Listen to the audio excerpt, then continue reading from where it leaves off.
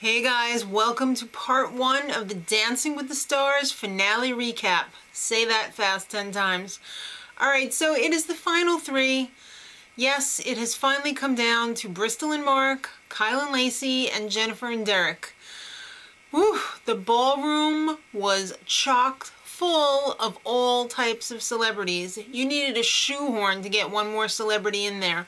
They had them from all the lists. A-list, B-list, C-list, all the way down to the Z-list even. I think it pretty much was just celebrities. So tonight, well, when you're seeing this, it's the redemption dance and the freestyle. So everybody looks forward to the freestyle all year because that's when they can pull out the stops. They could do lifts and Carrie Ann doesn't have to whine. And yeah, it makes it a lot of fun. So tonight, Kyle and Lacey started out the show with their redemption dance, which was their Foxtrot. You remember the original one? They were dressed up. It looked like they were 2 guys in the original one. And it was pretty bad. Len came to visit, and I can't believe how tall he is. He doesn't look that tall when he's sitting behind the judges table. Alright, so I think Kyle definitely made an improvement on the dancing. It's still the watered down choreography. His technique improved, but I think the performance of this dance suffered a little bit because he was so focused on really trying to get the technique better. The judges were pretty lenient tonight in all of their scores. I guess it's because it's the final. You think that because it's the final that they would be a lot tougher, but they were actually really, really lenient. So he ended up, well, they ended up with a 27 for that dance. Then their freestyle was sort of a hip-hop style dance. Len said it was a boogaloo. I don't know if that's true or not, but I guess Len would know. I thought this was 100% fun. This was my favorite out of all the freestyle dances. The freestyle is supposed to be about fun, and this was fun, so they should get the prize for the funnest. Alright, they ended up with a 29. Len gave them a 9. Doesn't Len like to have fun? I think he's a wet blanket. I don't know. So they ended up with a 56 for the night, which put them in the middle of the leaderboard. Bristol and Mark. Woo! Controversy this season. Everybody's going friggin' nuts.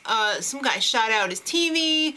People are sending letters with white powder. The death threats today for Bristol and Mark.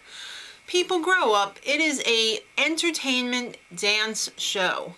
This has got nothing to do with politics. Don't even start crabbing about, oh, Sarah Palin's sitting in the audience. So what? It's her mother. Alright, so enough said about that. This dance that they did first was the Jive. You remember the original one? She was dressed up in the monkey suit. It was not good. And this dance wasn't much better. I'm sorry. It was a hot mess in the beginning. She kind of roped it in a little bit, had a bit of a strong finish. But again, the judges, was there Kool-Aid in those cups? Because they ended up with a 27. And that was no 27 performance. I'm sorry. Alright, their freestyle was based on a number from Chicago, the tango. It was fun, but it was extremely light on the choreography. But I do have to say that was probably the most animated and engaged that I've seen her in any dance during the entire season.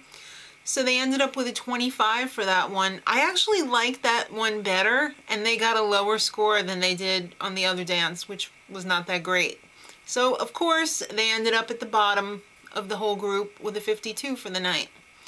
Now, Jennifer and Derek, rounding out the show, their redemption dance was the Paso Doble. This was the one where she was like teetering out of control on the original one. Carrie Ann showed up to help them out. I was really digging her dress. It was really hot.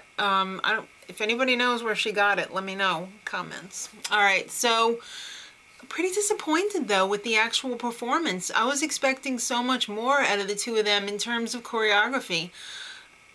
They ended up with a 30. Again, Kool-Aid. Alright, so the outfit that she wore was actually hotter than the dance. I'm sorry. That was a really hot dress. Alright, the freestyle for them. She was totally channeling Baby from Dirty Dancing, which was not much of a stretch because she was Baby from Dirty Dancing. She came out with a watermelon in the outfit that Baby was wearing at the camp. Alright, again, not much dancing going on here. There was a whole lot of disconnected lifts that really were kind of sloppy in spots. And again, judges were cool. It was Kool-Aid night. What can I say? 30. So that means they ended up with a perfect 60 for the night. Which is a shame because if I had to pick one out of the three of these couples to win, who deserved it the most, not necessarily the best dancer, I think who deserves it the most, I'm going to have to go with Kyle and Lacey. I mean, he improved, he peaked, he's having fun. He's what exemplifies the Mirror Ball trophy, I think, even though it's just a dirty old trophy that somebody probably made in their garage the first season, and now they're stuck with that trophy, so whatever. Even though, and Kyle and Lacey's freestyle, did anybody listen to the lyrics? That song was a tad dirty. Alright, so tomorrow night, oh boy, the dancing continues. 2 more dance routines from each of the final couples, and Christina Aguilera, and don't forget, the winner. So till tomorrow, oh wait, I almost forgot. I'm going to be on WBAL in the morning, so if you want to hear some Dancing with the Stars commentary, be sure to tune in at 6:20, and I'm not sure when else they'll be running it, but WBAL.com, the morning show, 6:20. Let's talk about Dancing with the Stars. Till then, much love.